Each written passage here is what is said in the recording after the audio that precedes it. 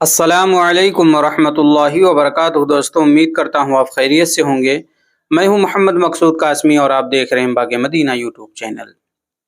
आसाम की जिस मस्जिद में इमाम का कत्ल हुआ, क्या उसमें दूसरा इमाम आएगा? 2 दिन से मैं इस सोच में हूँ, क्या कोई इमाम अब उस मस्जिद में इमामत करने जाएगा। एक करीबी बासलाहियत मुफ्ती साहब से मैंने ये दिल की बात कही, तो उन्होंने फरमाया कि आप ऐसा सोच रहे हैं, ये हमारी बिरादरी के लोग कैसे हैं, आपको अंदाज़ा नहीं है।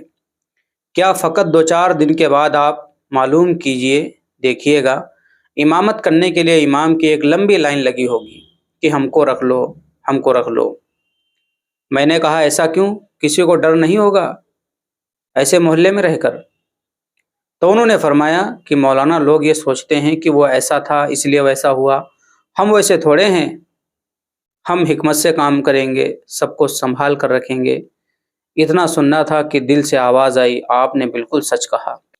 आज अक्सर यही देखा गया है कि कमेटी वाले या मोहल्ले का कोई फ़र्द इमाम से ज़ाती दुश्मनी मोल लेकर उनके साथ नाजेबा हरकतें करके उसे निकाल देता है, और दूसरे इमाम की जब बहाली होने वाली होती है तो उसके सामने भी इमाम की हज़ार बुराई बयान करके ये साबित करने की कोशिश की जाती है कि गलती उनकी थी, हम लोग तो बहुत अच्छे अखलाक वाले हैं, इमाम साहब पर तो हम लोग अपनी जान तक कुर्बान करेंगे, मगर जान लेकर छोड़ते हैं।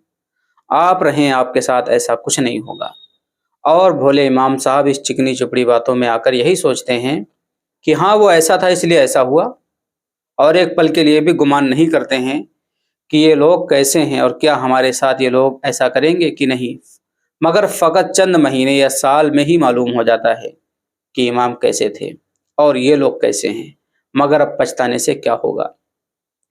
पूरे हिंदुस्तान की अक्सर मस्जिदों का यही मामला है कि कमेटी के हाँ में हाँ मिलाइए तो ठीक है, वरना अंजाम देखिएगा। और तकरीर में कमेटी वालों को या मोहल्ले वालों को ज़्यादा सुधारने की कोशिश किए तो भी अंजाम बहुत बुरा होगा। अंजाम देखिए क्या होगा। बस आखिरी गुजारिश वही पुरानी वाली तमाम उलमा इम्मा से कि इमामत को बतौर पेशा ना अपनाएं, बतौर खिदमत दीन अपनाएं, ज़रिया मुआश कुछ और बनाएं। हाँ, मुझे मालूम है कि अक्सर उलमा इम्मा माली एतबार से कमज़ोर होते हैं, इसलिए ज़रिया मुआश जल्दी समझ में नहीं आता। तो मेरी गुजारिश है कि आप हमेशा कोशिश करते रहें कि जिस दिन इस लायक हो जाऊंगा उस दिन मुआश का ज़रिया अलग बना लूँगा। और कोशिश इस तरह करें कि इमामत पर रहते हुए कुछ हुनर सीखें, या मुमकिन हो तो अपने अखराजात में कुछ पैसे बचा बचा कर रखें और कोई मुनासिब तिजारत शुरू करें। ऐसा नहीं है कि आप करोड़पति होंगे तभी तिजारत शुरू कर सकते हैं, वरना नहीं, बल्कि छोटे से शुरू करें, मेहनत और लगन से आगे बढ़ते जाएं। 1-1.5 लाख से भी बहुत सी तिजारत शुरू हो सकती है। अगर मिसाल देखना चाहते हैं तो अहले दौलत की हिस्ट्री का मुताला करें। अक्सर कारोबार शुरुआत ही में छोटा था, धीरे धीरे वो छाते गए और बढ़ते गए।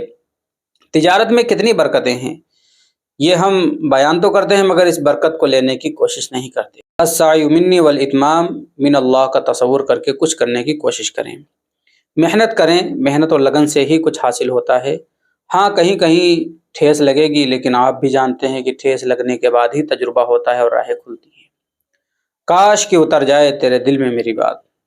चलिए, एक आखिरी बात बताकर तहरीर मुकम्मल कर देता हूँ। मैं क्या हूँ और जिस बात का मशवरा आपको दे रहा हूँ, इस पर खुद भी अमल कर रहा हूँ कि नहीं, क्योंकि इस ज़माने में सबसे सस्ता काम मशवरा ही है। एक से मांगो तो 1000 लोग देने को तैयार रहते हैं, और सबसे महंगी चीज़ मदद है। 1000 से मांगो तो कोई एक देता है। अल्हम्दुलिल्लाह, मैं भी तकरीबन 7-8 साल से इमामत कर रहा हूँ। इमामत पर रहते हुए मैंने एक बेहतरीन हुनर सीखा। नाम पोशीदा रखूँगा, फिर कुछ पैसा जमा करके हुनर को इस्तेमाल करने के लिए आला या औजार कहिए वो ख़रीदा, और अब इमामत के साथ साथ अपने हुनर का भी इस्तेमाल करके पैसा कमा रहा हूँ। और इस बात से बेखौफ हूँ कि इमामत छूट जाएगी तो क्या करूँगा, इसलिए कि एक ऐसा हुनर मेरे पास है कि कहीं भी रहकर इसके ज़रिए पैसा कमा सकता हूँ। ये सब मेरी मेहनत लगन अल्लाह के फजल से ही मुमकिन हुआ है। और बात रही मशवरे के साथ मदद करने की, तो इस बारे में ज़्यादा नहीं लिख सकता, क्योंकि नेकी इस तरह करो कि एक हाथ से दो दूसरे हाथ को भी पता ना चले। अल्हम्दुलिल्लाह, जो कोई भी तिजारत शुरू करके मुझसे मदद मांगने आया है, मैंने अपनी हैसियत के मुताबिक उसको ज़रूर मदद की है। अगर शुमार कराऊँ तो एक अच्छी फहरिस्त बन सकती है कि कब मैंने किस किस की मदद की है, मगर आज तक सिवाय जहन के कहीं लिख कर भी नहीं रखा है कि किसको कितना दिया है। कुछ तो ऐसे हैं जो कई साल हो गए मगर अभी तक वापस नहीं किए हैं, सिर्फ आजकल आजकल करते हैं। और मैं भी اتنا امیر نہیں ہوں کہ دے کر بھول جاؤں۔